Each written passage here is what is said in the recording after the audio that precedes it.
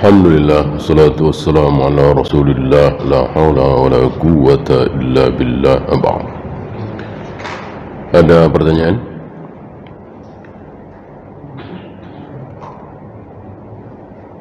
Apakah sunnah memulai WA dengan mengucapkan salam? Insya Allah iya.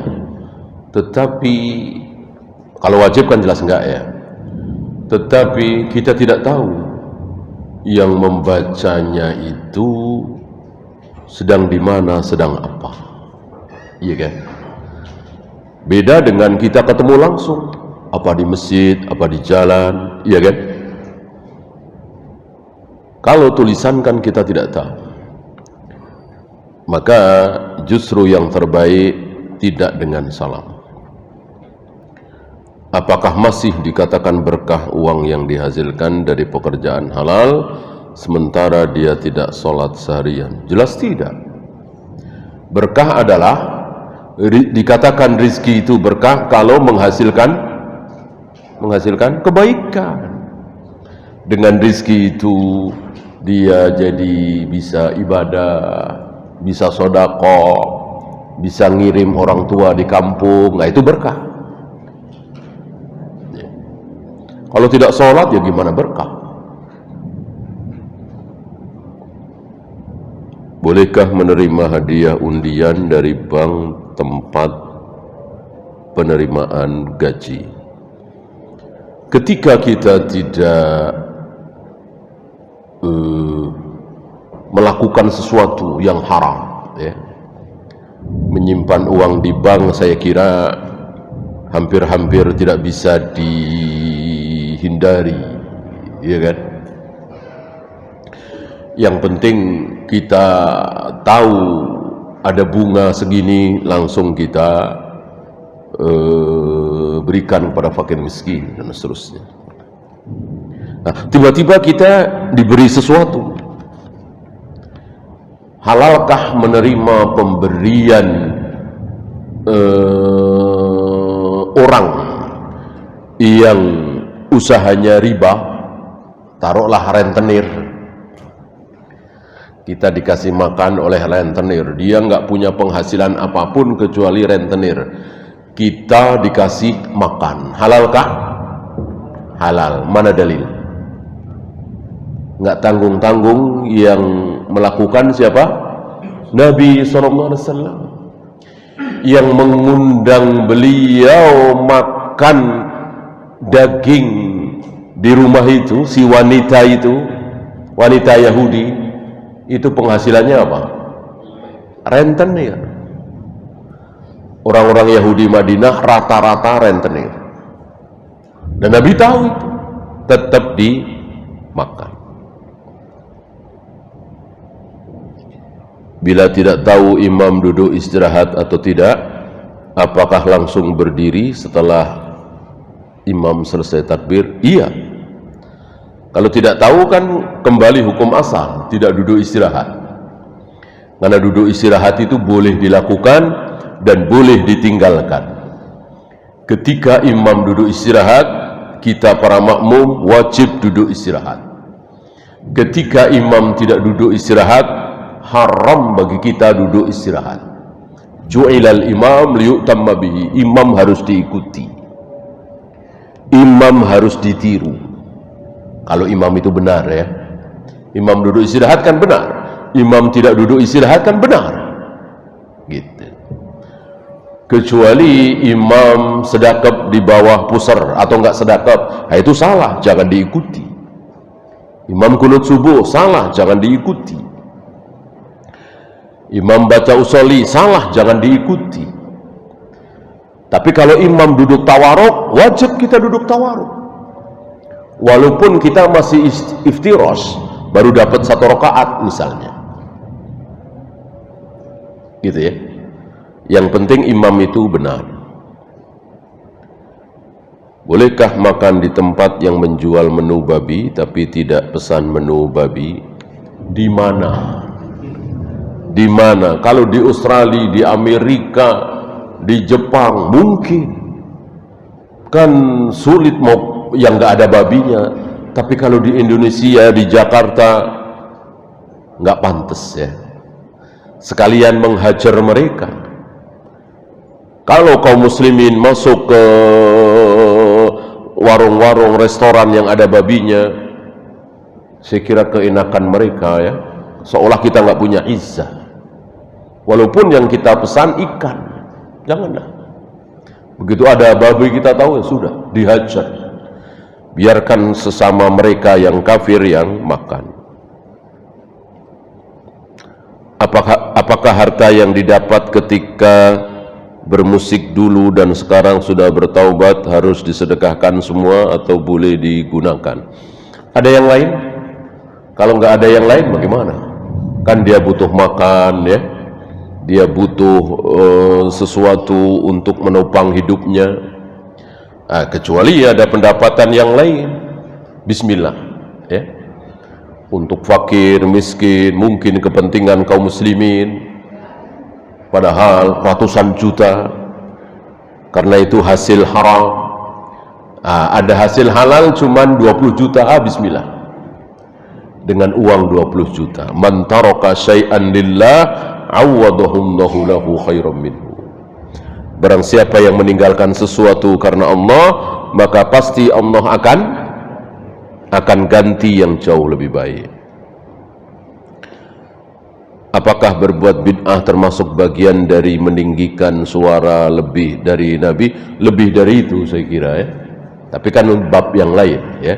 Itu kan nomor sebelumnya. Ya. Sama-sama haram. Sama-sama bisa mengganggu syahadat kita yang kedua. Di zaman Nabi ada orang yang mati bunuh diri di medan jihad dan mencuri harta rampasan perang sehingga disabdakan masuk neraka. Apakah mereka termasuk kategori sahabat? Tidak. Tidak. Karena kategori sahabat adalah radhiyallahu anhum wa radu'an wa addalahum jannah. Mereka ridho kepada Allah, Allah ridho kepada mereka, dan mereka semua dijamin masuk surga. Ingat, yang jangankan yang berjihad bersama Nabi, yang sholat bersama Nabi, semuanya sahabat? Tidak. Ada orang-orang munafik. Munafik sahabat? Ya enggak lah. Masuk munafik sahabat? Munafik itu kan kafir, cuman pura-pura sholat, pura-pura jihad, pura-pura kafir.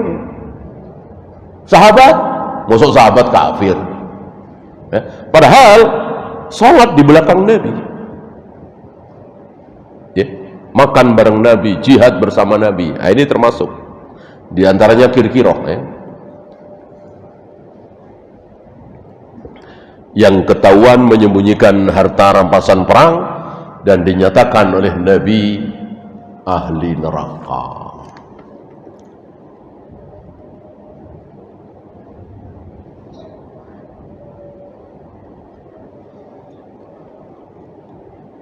Saya tidak pernah berziarah ke kubur ayah dan beliau karena saya takut terjadi syirik dengan meminta kepada yang sudah mati. Kalau antum tahu bahwa meminta kepada mayat adalah syirik, ya berarti antum sudah punya ilmu. Ya, saya kira bukan alasan yang tepat. Bukan alasan yang tepat. Ya. Yang dikhawatirkan itu meratap mungkin ya.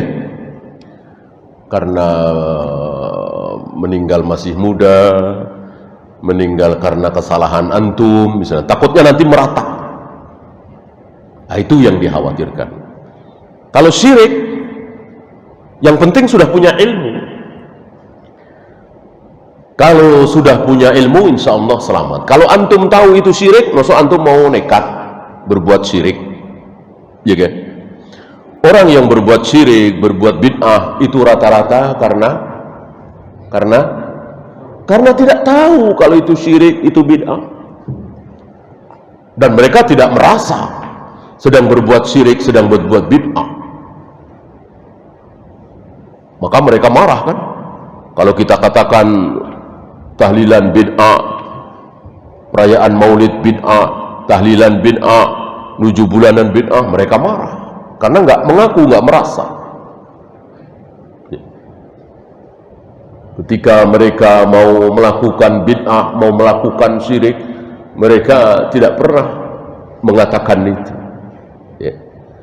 Ayo kita berbuat syirik, ayo kita berbuat bid'ah, nggak ada. Orang nggak merasa. Ya. Udah lama ini kita nggak bid'ah ya. Udah lama ini kita nggak syirik ya. Mana ada? Nggak merasa bid'ah, nggak merasa syirik. Nah, itu yang disukai oleh iblis. Iblis senang betul karena kemungkinan bertaubat kecil sekali. Orang nggak merasa salah kok taubat. Ya. Allahu a'lam.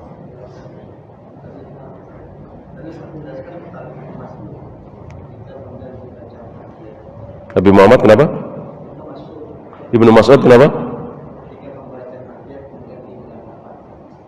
Ya, assalamualaikum diganti dengan assalamu ala nabi. Pertanyaannya, apakah apa? Bisa.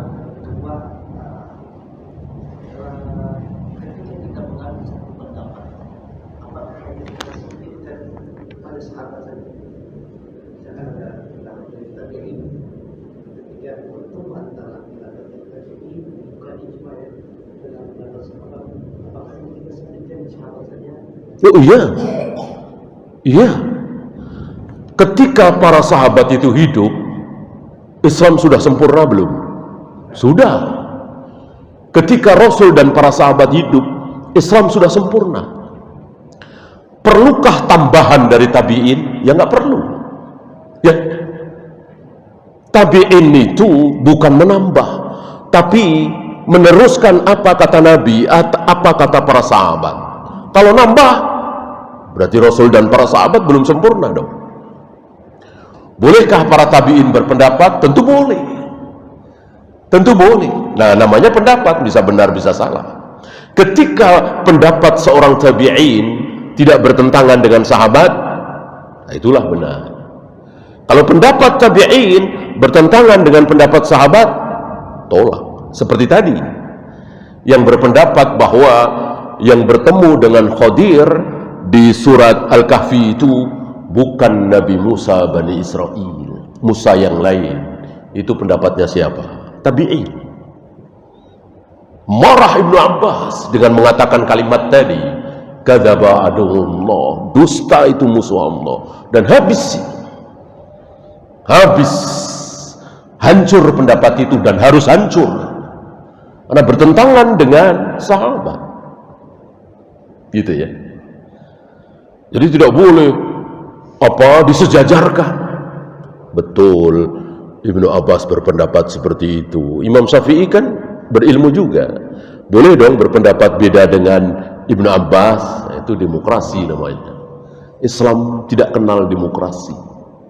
Kebenaran Islam mutlak. Qala Allah wa qala Rasul ala fahmis sahabat. Nah, ini yang sedang dipelihara oleh kaum salaf. Jadi kebenaran itu tidak fleksibel. Kebenaran sudah ada di qala Allah wa qala Rasul ala fahmis sahabat.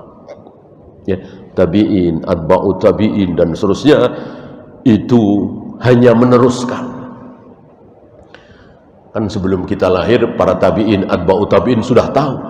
Dari mana? Dari para sahabat. Nah, kita ikut terus jalurnya seperti itu. Wallahu a'lam. Mengenai cara pengambilan kaidah ya. Tadi dikatakan bahwa azan 2 kali itu ada itu maksudnya yang nggak setuju dengan pada Umar. Nah, pertanyaan saya gini, ketika terjadi khilafiyah antara sahabat itu azan 2 kali itu kaidahnya jadi bid'ah atau jadi haram? Kalau bid'ah pasti haram. Iya, bid'ah pasti haram. Jadi kesimpulannya? Iya, bid'ah. Iya. Ibnu Umar dalam hal ini yang aqrab lis-shawab, yang lebih dekat kepada kebenaran pendapat Ibnu Umar. Kenapa? Sesuai dengan perbuatan Nabi, sesuai dengan perbuatan Abu Bakar, sesuai dengan perbuatan Umar.